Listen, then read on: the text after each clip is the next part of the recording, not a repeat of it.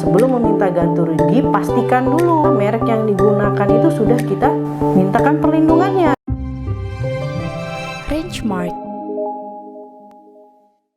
Assalamualaikum warahmatullahi wabarakatuh. Ketemu lagi dengan Rangemark, kantor konsultan haki terdaftar resmi di DJKI.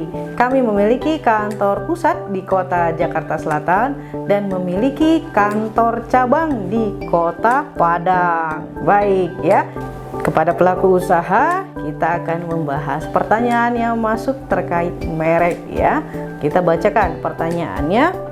Merek dipakai orang tanpa izin, kemana meminta ganti rugi? Nah, sebelum meminta ganti rugi, pastikan dulu ya merek yang digunakan itu sudah kita mintakan perlindungannya dan sudah ada bukti kepemilikan hak eksklusif terhadap merek yang dipakai orang tersebut. Apa itu? Sertifikat merek ya. Jadi siapa yang bisa menggugat atau menuntut pihak lain yang menggunakan mereknya tanpa izin adalah pemilik merek dengan dibuktikan sertifikat mereknya ya. Jadi yang bisa menuntut adalah si pemilik merek atau si penerima lisensi dari merek yang sudah terdaftar. Nah, buktinya apa? Sertifikat merek ya.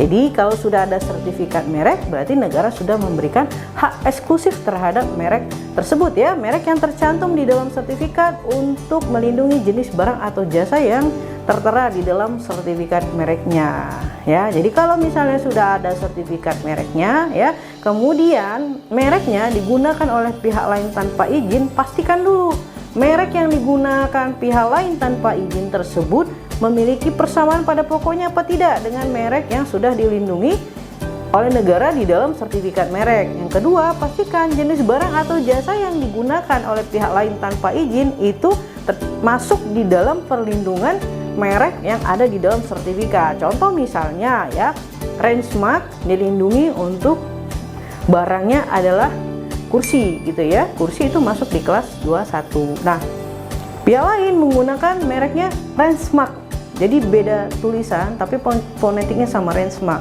Dia memproduksi kursi juga. Nah, itu artinya barangnya sejenis, kemudian label mereknya mirip. Nah, itu bisa kita lakukan tuntutan dengan catatan tadi ya, harus sudah memiliki sertifikat merek dan sertifikat mereknya masih dalam masa perlindungan.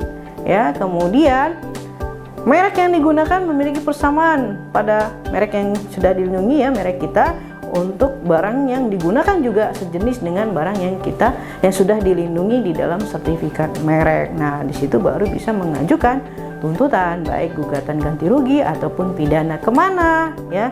Gugatan ganti rugi itu bisa diajukan melalui pengadilan ya, mengajukan gugatan ke pengadilan niaga ya, silahkan diajukan gugatannya. Nah, biasanya sebelum mengajukan gugatan ganti rugi dilakukan peringatan ya, somasi dulu terhadap pihak yang menggunakan tanpa izin.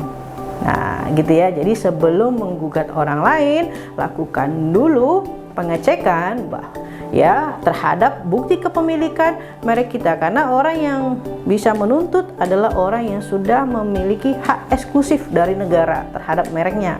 Ya, bukti kepemilikan hak eksklusifnya apa? Sertifikat merek. Nah, ya, kemudian cek merek yang digunakan itu apakah memiliki persamaan pada pokoknya dengan merek yang sudah dilindungi untuk barang yang atau jasa yang sejenis atau tidak. Begitu ya. Nah, baru bisa dilakukan tindakan melakukan ganti kerugian. Nah, gugatan ganti kerugian bisa diajukan di pengadilan niaga. Demikian kami sampaikan. Semoga ini bermanfaat. Assalamualaikum warahmatullahi wabarakatuh.